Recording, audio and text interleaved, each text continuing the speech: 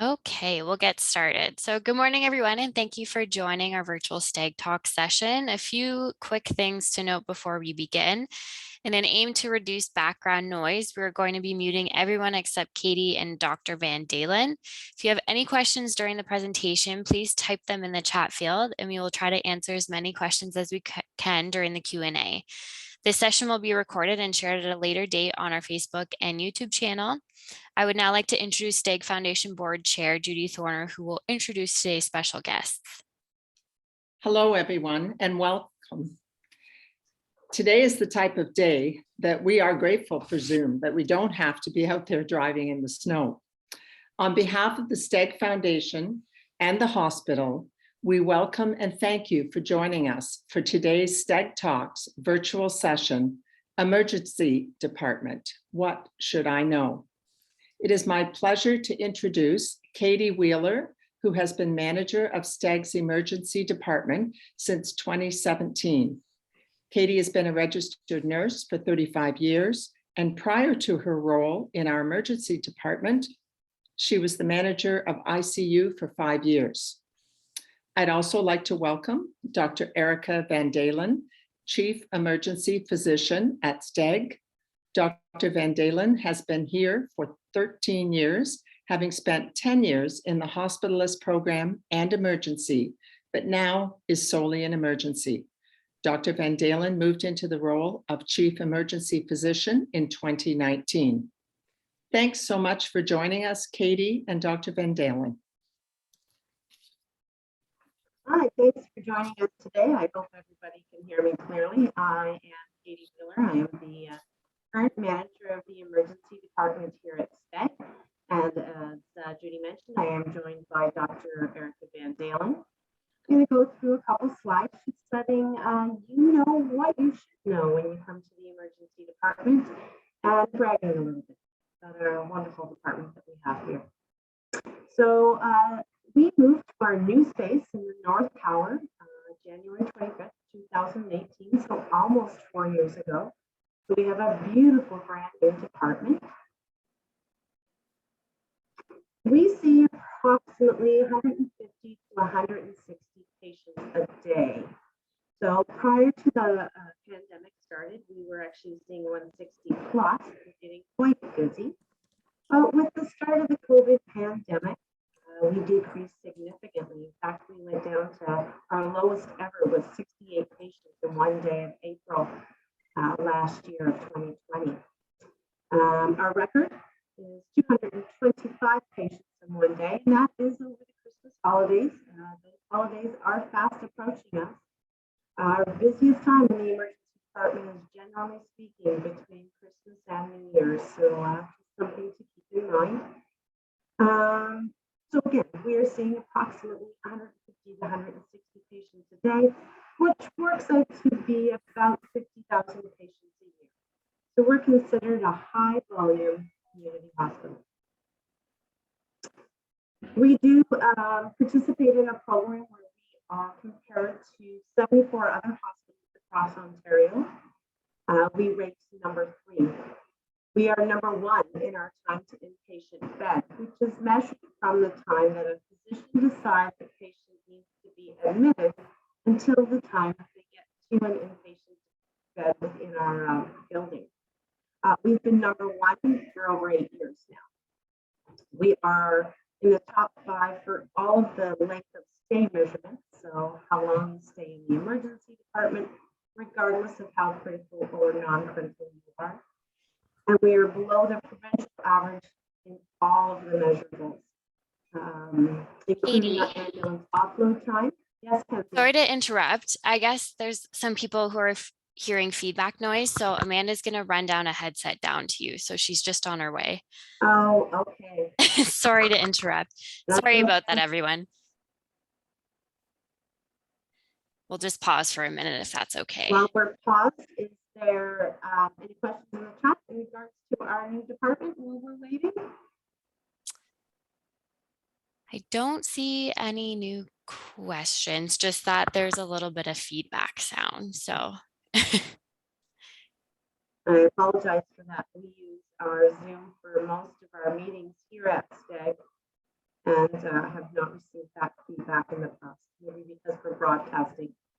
outside of the hospital that were experiencing some difficulties.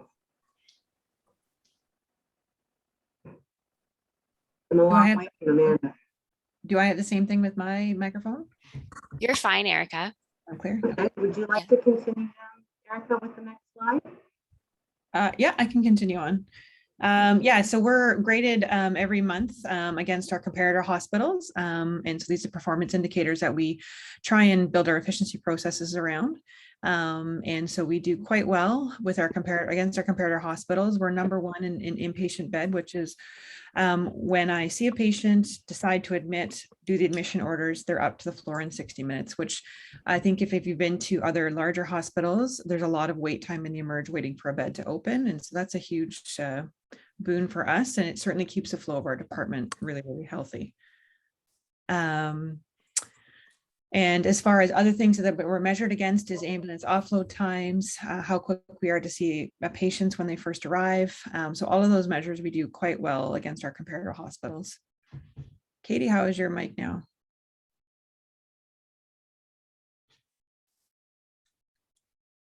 No? All right, we can go to the next slide while Katie gets her audio figured out.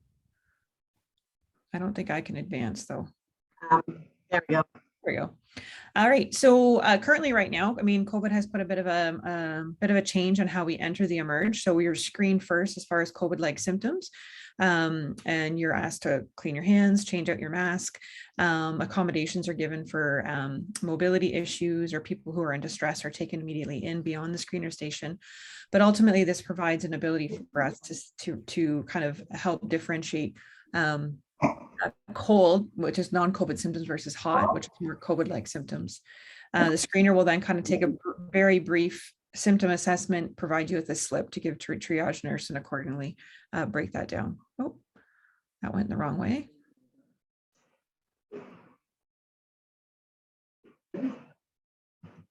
Kenzie, are you able to advance the slides? I don't think I can. Okay, there we go. Oh, There we go. all right. So after the screener process, they'll put you in red chairs, and that is basically waiting to see triage. The triage nurse looks at the notes that are given to her.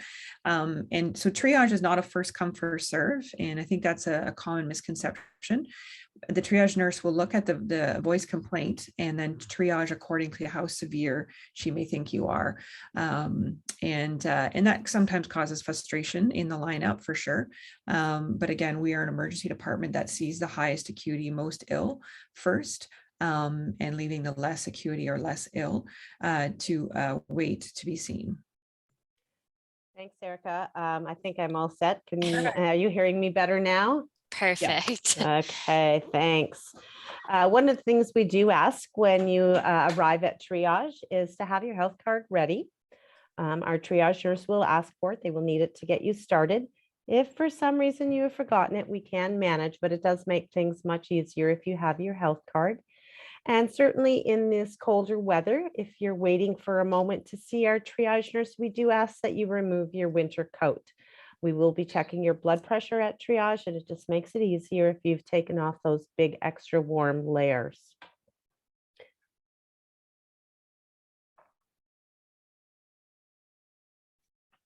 Okay, so triage as a definition is the principle or practice of sorting emergency patients into categories of priority for treatment. I believe Dr. Van Daalen has already sort of touched on this piece.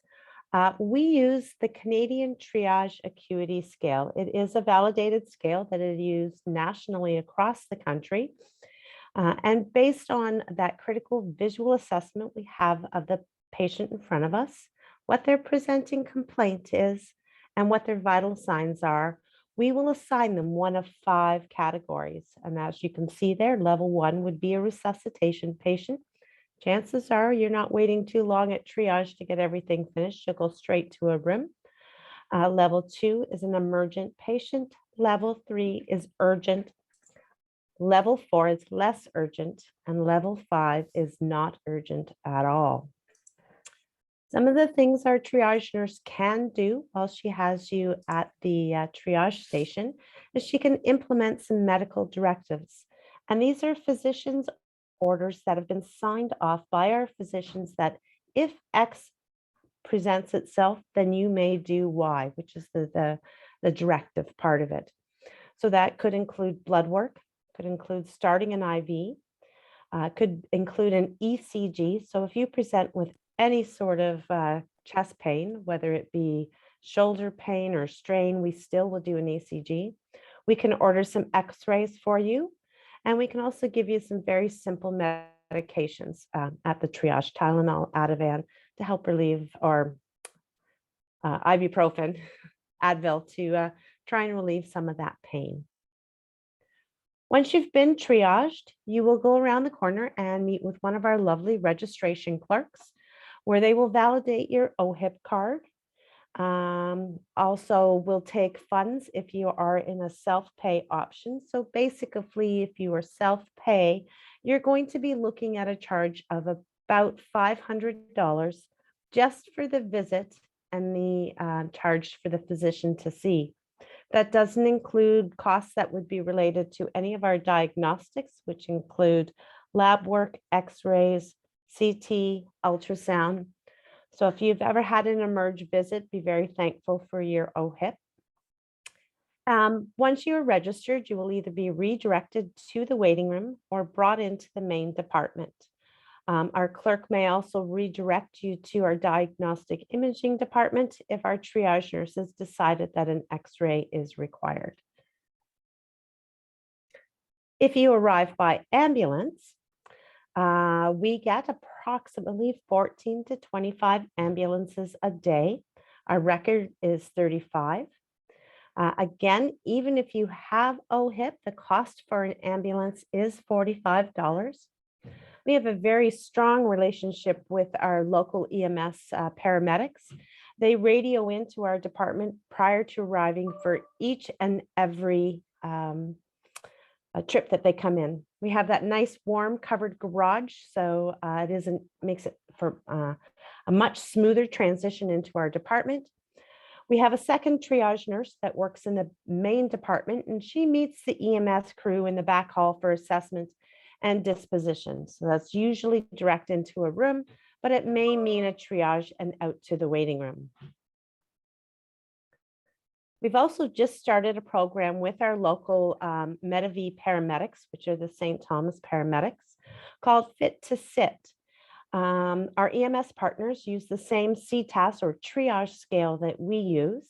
And for those patients that they pick up with stable vital signs, and simple presentations, they can be brought directly to the triage queue. So in other words, instead of being triaged in the back hall, our paramedic will escort the client right to one of our triage chairs, and they will wait in line like everybody else to be triaged. So basically, calling an ambulance unnecessarily will not have you seen faster. An emergency, by definition, is a serious situation or occurrence that happens unexpectedly and demands immediate action. So if you needed to come to the emergency department, those scenarios that would warrant a visit is anything new or with a sudden onset. So if you've got sudden onset chest pain or sudden onset shortness of breath, or a change in level of consciousness, if you've sustained an injury and will need either stitches or you're worried that you've broken a bone, any allergic reactions, if you're having a mental health crisis, if you've been bitten by an animal. Situations that really don't warrant an emerge department, probably your family physician can manage, would be those ongoing conditions, the chronic stable condition, or requiring a refill for some prescriptions. I'm going to pause there and just see if Dr. Van Daalen would like to add anything more as to when you should or should not come to the emergency department. Thanks, Katie. Yeah, Katie's put a fairly wide breadth of list there. There's not a lot more I would add. I think probably what I will ask patients when they come in with a non-acute condition, what changed today that made your decision to see a doctor today and that couldn't wait? And really thinking that through when you walk into the emerge, what's changed today that makes it an emergency? Often that'll stump people. Sometimes we become a convenience department because of the accessibility of our physicians and skilled nurses. And I think that's what that probably causes the most fatigue of our staff. And so really trying to keep what Katie's outlined here as to what emergency is and what we're able to provide skills and help with. Thanks. Basically, we do need to remember, and we will treat everybody that comes. Most of our clients define their own emergency, and we try to be patient with that piece. When you do come visit us, there are a few do's and don'ts we ask of you. Utmost, be truthful about the information that you provide your healthcare team. We can provide care, but we can provide excellent care if we have good, solid information from you as the patient. Remember to bring your health card. Please wear your mask. Be patient and be kind. Bring your phone charger and keep your family members up to date. We do have a direct line into the emergency department where family members can call. But as you can well imagine, if you're seeing 160 patients a day and every family member calls, it can be a pretty busy phone line for our ER clerks. So if you are able, bring your phone, keep your family members up to date as to what's going on with your stay while you're with us. Do not bring any weapons or illicit drugs. You cannot take photos while you're in the emergency department. That may include a healthcare provider. If you wish to have a picture of your new stitches or a picture of your new cast, most healthcare providers will happily take a picture of you as long as they're not in it. We have a zero tolerance policy for abusive language and aggressive behaviors. This is our workplace. We will treat all of our clients with respect, and we're asking that clients also treat us with respect. No food or drink until you talk to the healthcare team. Until we know exactly what is going on with you and what our plan of care is going to be, it is best that you do not eat or drink. And please do not bring any valuables into the emergency department. Again, with 160 patients here on a day-to-day basis, no, we may not remember where you took your watch off. So we have a couple different areas of our emergency department. Our main department is all private rooms. Most of the rooms have a wall-mounted vital sign monitor on it, and almost all the rooms have a computer in it. All of our charting and diagnostic imaging results, et cetera, are all done on a computer now. So it is an electronic health record. So you will see our nursing and physician staff spending a fair bit of time at the computer. No, they are not playing Candy Crush. They are looking up your results from the blood work that we drew at Triage. We also have 2 negative pressure rooms. A negative pressure room allows for the air to be specifically cleaned coming out of the room so that whatever happens to be in there does not get shared with the rest of the department. We used to use these rooms specifically just for tuberculosis, varicella, which is chickenpox, those things that are highly contagious. Now we are using these rooms for all of our resuscitation patients in light of the pandemic so that our team can be fully protected in enhanced personal protective equipment, and the room can be shut down when we need to do something that we call intubation, which is putting a tube down the back of your throat to allow for us to do the breathing for you. Erica, did you have anything you wanted to add on the resuscitation piece? No? Okay. We also have a lower acuity area, and this is a fairly busy area. We see approximately 45 to 50% of our patients through this area. It has 2 private rooms, and the other 3 beds are open bays with curtains, which you can see in the lower right-hand corner there. That's a picture of our lower acuity area. And this is where less urgent and non-urgent patient care takes place. It's where, you come when you've cut yourself, you have a query break, you have a simple cough. It's the more fast track sort of in-out area. So who works in our emergency department? We have a lot of different people working there. Nobody will be surprised to know that, of course, we have nurses and physicians, but they're not the only people that make the department run. Our ER admitting clerks, we could not function without them answering the phones and registering all our patients. We have emergency department assistants, and you will see those are the people in the red shirts. They keep our department spotless. They do all the cleaning and they do all of our patient transports and actually deliver most of all the blood work to the lab. So they are the go-between. We have a lot of supporting services and other services that we interact with. Our security team has a strong presence in the ED. Our diagnostic imaging department, which is where you would go for an X-ray or a CT or an ultrasound. We are their #1 client. We send more patients to our diagnostic imaging than any other department. Our respiratory therapists, they're the ones that keep the breathing happening for our patients. They are integral in managing anything to do with your airway. Our CMHA team, which is our Canadian Mental Health Association, they manage a lot of our mental health and provide crisis support for those clients that require it. Volunteers, and boy, did we miss them during the height of the pandemic. They are now back in our department, and they do a wide variety of tasks for us, including transporting specimens and keeping our department well stocked. Our screener team, which we mentioned at the beginning of the presentation, they're the first people you see when you come through the door, and they help us manage the screening and the vaccination status. Our pharmacy team, you may not see them when you're here in the ED, but they're the ones that keep our medication flow supply up to date. And if you're going to be admitted, they're the ones that come and find out what sort of medications were you on at home, to make sure that we continue the same medication regime once you come into the hospital. I've mentioned our paramedics and the strong team we have with them. We also deal quite frequently with our police departments.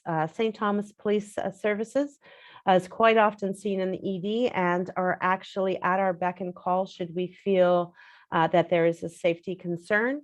And we also deal with the local OPP detachments as well. So our emergency nurses, can anybody be an emergency nurse? Well, technically, if you are a registered nurse or a registered practical nurse, yes, you can. But most of our nurses in the ED have additional training. It is mandatory for them to have ACLS, which is our advanced cardiac life support. So for those of you that have taken first aid before or basic life support, that's the CPR piece. The ACLS goes a little bit further and includes all the medications that would need to be administered and all of the ECG readings that would need to be required to manage somebody having an acute myocardial event. As I mentioned, ECG training is mandatory for all ED nurses, and many of them have other validated certification courses under their belts, which is our pediatric advanced life support, our neonatal resuscitation program, because yes, although we don't like it, it has happened that we've had the odd baby born in the emergency department. Emergency nursing pediatric course and our trauma nursing core course. They're all supporting courses directed specifically at expanding the skills and the knowledge of an emergency department nurse. A new nurse to the ED takes anywhere from 3 to 6 months of buddy time training before they are fully functional on their own. And before they can do triage, they have to have 2 years of experience in the ED and then do another full day of triage training and a half a day of buddy time at triage to make sure that that 6-minute interaction that we have with you at triage is optimized and that our assessment skills are top notch. Some of our nurses are certified with the Canadian Nurses Association in emergency nursing. Every one of them are skilled to start IVs, to draw blood, to dress wounds, to administer medications, and are phenomenal at providing you with the discharge instructions. I'm going to let Dr. Van Daalen speak to you about the added skills that our emergency department physicians are required to have. Yeah, thanks, Katie. So as long as our team members are emerge nurses, the physicians, probably some that are listening remember when the family doctors used to cover the emerge as part of their practice. In the late 1990s, early 2000s, emerge became a designated specialty. And now in order to work in a large volume hospital in the emergency department, you require special training. So all of our emerge docs here have received their primary practice license, plus emergency training in addition. Some of them have just taken emergency medicine training.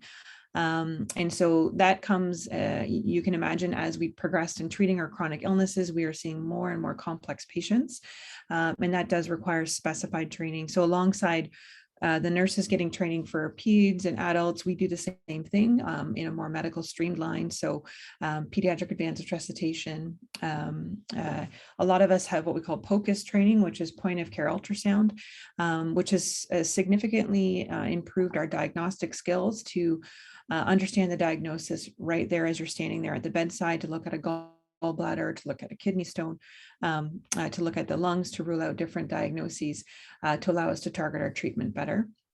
And so all of our department is currently trained in that.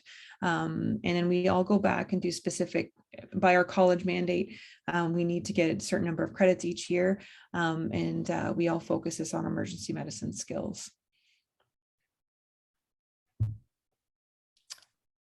Katie, anything else you want to add?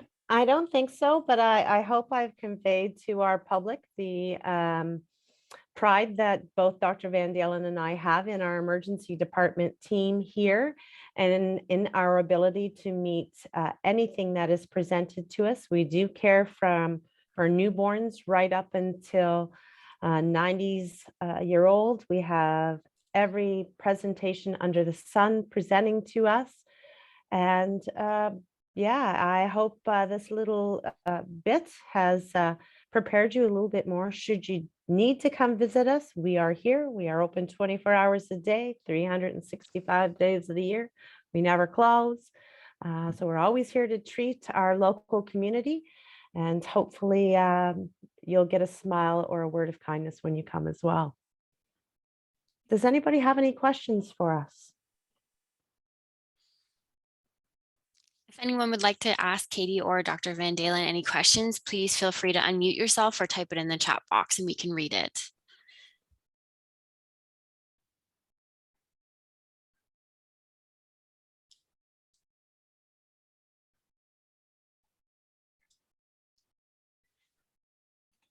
We've got one question in the chat box. So when a suspected COVID patient arrives, where do they get treated? Dr. Van Daalen, would you like me to answer that? Yeah, I can walk. You can, if you want to walk through the beginning process, sure. I can walk through the end. So it depends on what said COVID positive patient presents as. So if they come in by our ambulance with our EMS partners in acute respiratory distress, they would go direct to one of those negative pressure rooms that I spoke to earlier in the presentation, and would be greeted by a physician, a nurse, and eventually a respiratory therapist in full protective equipment to address their imminent or acute respiratory distress. If they arrive through our screener desk, just may not even be for a COVID positive related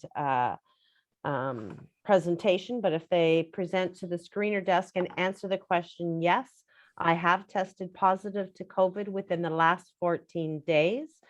Again, they keep their mask on. They go to our triage chair. Our triage nurse would be notified using the little screener ticket that, yes, this client is COVID positive. Between all of our triage chairs, I should mention, we do have a full plastic barriers, so they're like little secluded spots. So once the triage nurse assesses the patient, if they feel said patient can wait for care, we have a private little waiting space at the back, just so that they are not out in the general waiting room, or if they need to, they'll be taken direct into the department. So basically what I'm suggesting is they would be treated just like any other patient as far as their CTAS level, The only difference being is if they were going to be waiting for a period of time in the waiting room, we would put them in an individual waiting space. Does that answer your question? Yeah, the only thing I would add too is we have to remember majority of people that we see, we don't know they're COVID positive until 24 hours after their visit. So many people that are coming in through via EMS, like what Kitty's mentioned, very few of them know they're COVID positive. We can make some assumptions based on contacts or family conversation that we say, okay, this could be a possibility. So we err on the side of caution that if you have COVID-like symptoms, you are placed in the department and PPE is put on appropriate to that patient presentation. So the one that Katie's referring to is they go into it if they're in respiratory distress, and we know that we need to do a procedure that may aerosolize COVID, that we protect ourselves and the patients that are not in that room. To also know, in the emergency department, because we have a brand spanking shiny new emergency department, we have air exchangers in our emerge. So every time our main department undergoes 4 air exchanges an hour, and our negative pressures undergo 12 an hour. And that's simply to remove the particles out of the air and exchange it with clean air through a HEPA filter. In addition, we have, Katie, correct me if I'm wrong, I think it's 7 HEPA filters throughout our department.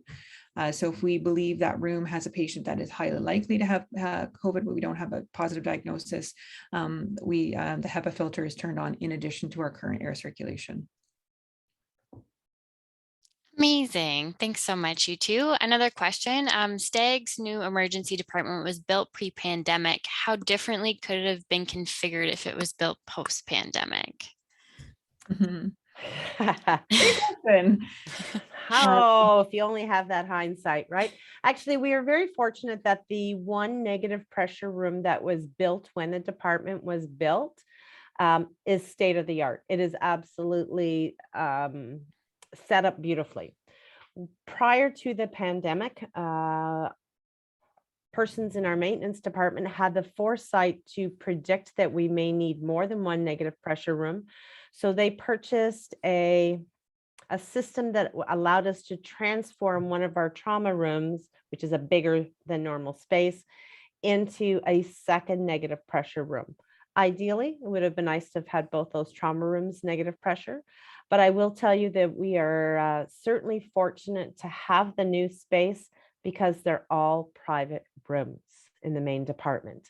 Even our lower acuity area has 2 private rooms. The majority of patients that are presenting with COVID-like symptoms, and therefore we want to keep them segregated until we prove otherwise, they're all going to private rooms already. So although we probably didn't predict this type of pandemic, our department was very well suited to manage in it.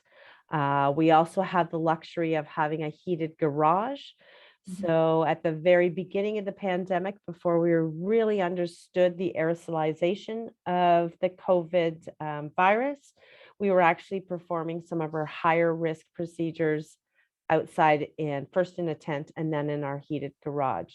So we were very well set up to care for patients today and throughout the last 20 months now, I guess, almost 2 years, as the literature and the information about the transmission of COVID has evolved.